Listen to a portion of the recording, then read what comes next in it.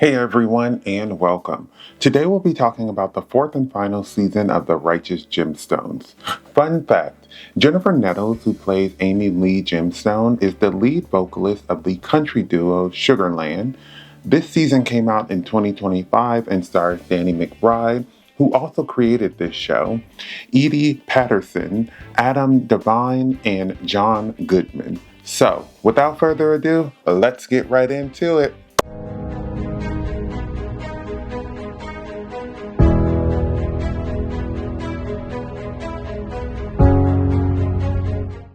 Season 4 of The Righteous Gemstones sees the Gemstones trying to figure out what direction the church is going in and how to pull in more members.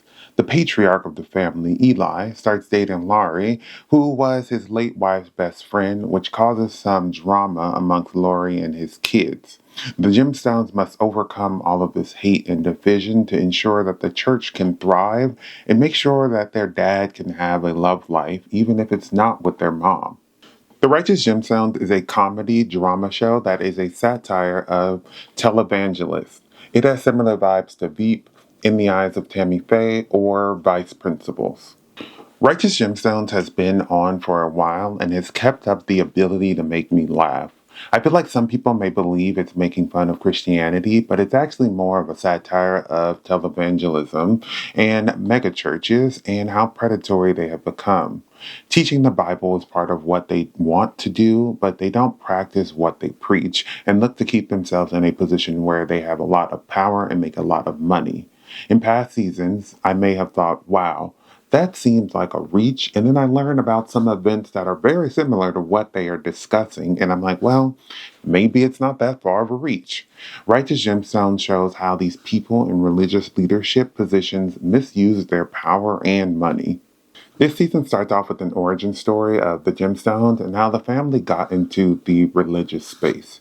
Bradley Cooper makes a cameo as their ancestor Elijah, who is a criminal who becomes a preacher.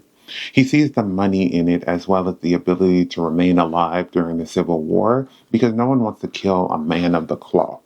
While he is lying and scamming his way through this minister role, he is really good at preaching and making himself seem believable. Jesse is the eldest boy who feels like he has something to prove and is trying to have his oldest son Gideon be a minister, while his middle son Pontius doesn't want to be involved at all. He tries to implement prayer pods which fail, and he is beefing with Van Simpkins, a rival minister who tries to build churches by the Gemstones and steal their members. Jesse sucks in general, but his wife Amber always seems to come up with the best ideas and knows how to tell them to him so that he will actually do what she says. Amber usually gets drowned out by the family, but she knows how to influence Jesse. After Vance ridicules his brother for being gay during the top Christian follower panel, she encourages him to go and talk to his brother even though they are beefing, which does end up helping. He ends up helping Calvin win and also showing his son that sometimes you have to be the bigger person in life or you'll just be holding on to this anger, which is all thanks to Amber since she pushed him to show up for his family. Jesse's son Gideon is struggling as a minister, and I love his storyline of finding where he fits best. He was trying so hard to mimic his grandfather and sucks at the traditional preaching. He shows some kids that he is not uptight and does some cool skateboarding tricks, which is his way to connect with his generation and invite them into the church. I feel like his storyline shows that you can't mimic someone else's path and you have to create your own.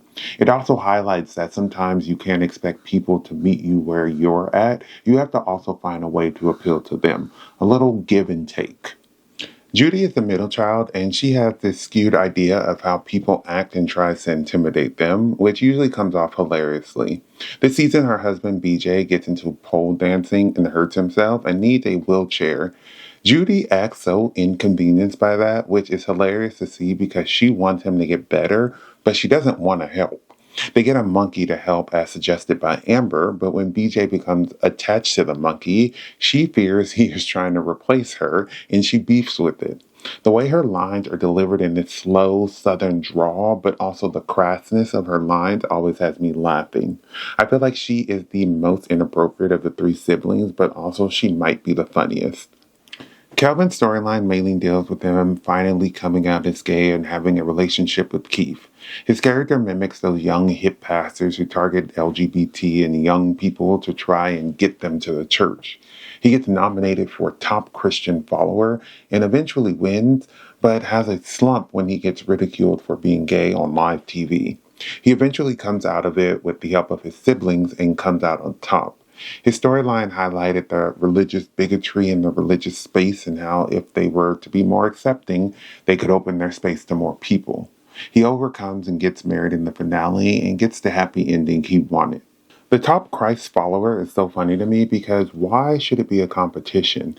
Like, yes, highlight people who are making a difference in the religious space, but why do you have to make it a competition to see who's better when honestly all the ones who are competing really only care about is, having this title and more money? Eli is living his best life retired until his kids make him come back for a tribute for their mom, which he can't refuse. I love how Eli always looks so disappointed in his kids and generally just wants to be left alone. He meets Miss Laurie, and their relationship blooms quickly, and he starts dating her. And in a crazy scene, his kids walk in on them 69ing. I was shocked that they got John Goodman to do that and was dying laughing at his kids' reaction. I feel bad for him sometimes because he is trying to live life, and every time he does something, the kids bring up their mom to make him feel guilty.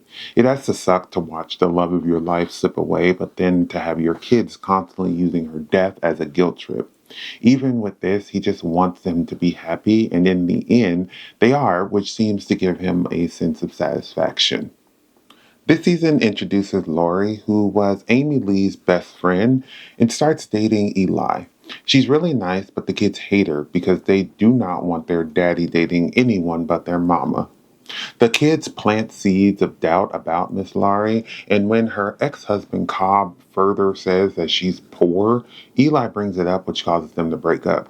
Later, we find out that Cobb has been sabotaging her love life for years because he wants her back.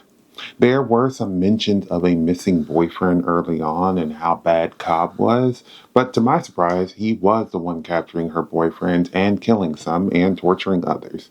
An even bigger surprise is that after Corey kills Cobb, he attempts to kill the Gemstones, which caught me off guard. Corey explained that his dad made him start helping, and then he basically told him he was an accomplice, and Corey didn't see a way out. The Gemstones get Jesse's gun and are able to kill him by shooting him in the neck. But the sad part is that Laurie loved her son, and it was heartbreaking to see her mourning him, even though he committed such an awful crime. In the end, she does reconcile with Eli and decides to go with him on the boat and drift off into the sunset. Even though the show is filled with crazy stuff, the ending was a nice way to send off the show. Amy Lee is reading a letter about saying goodbye when she was sick. She mentions that sometimes it's best to let life play out and not to try to wrap things up nice and neat. She mentions the importance of friends and family when life changes. She says that it's easier to hold on to darkness than to grab the light, and she says to let go of that darkness and attempt to grab the light. She says that she's always there if they need her. We see clips of the characters while she speaks, and it brought tears to my eyes. Amy Lee's voice is just so comforting, and I'm glad that they could include this in the finale. My favorite part of this season was Uncle Baby Billy. He may not have had the biggest role, but he shines in every scene that he is in. He has some of the greatest comebacks and will say the most outrageous stuff. He creates stuff all the time because he wants some type of legacy. And this season is a show about Teen Jesus, which started rough because he calls the show Teen Just, and everyone is like, why did you keep teen and shorten Jesus? Then he decides he wants to play him, and some man is like, aren't you like 50 years old playing a teenager? And he responds that it's acting and that the other guy that is playing the devil is not really the devil, but he's playing him because he's an actor. He has a nanny, Sola, and he stays on her neck because he expects her to nanny his kids. One of my favorites is when Sola asks, you need? And he said, yes, I need, bitch. I need you to do your job. He criticizes her outfits, calls her Bruce Lee, calls her Bilbo Baggins, and he is just funny and should have gotten more recognition. The Righteous Gemstones is a funny show with a great cast. While it is a comedy, it also shines a light on how outrageous televangelism and megachurches are and makes you question if these people are actually want to spread the word of God or just make more money for themselves. Thank you for watching my video. I would love to hear your thoughts down below in the comments. If you have not subscribed, please do so you can keep up to date with more of my videos. But besides that, everyone stay safe, have fun, and goodbye.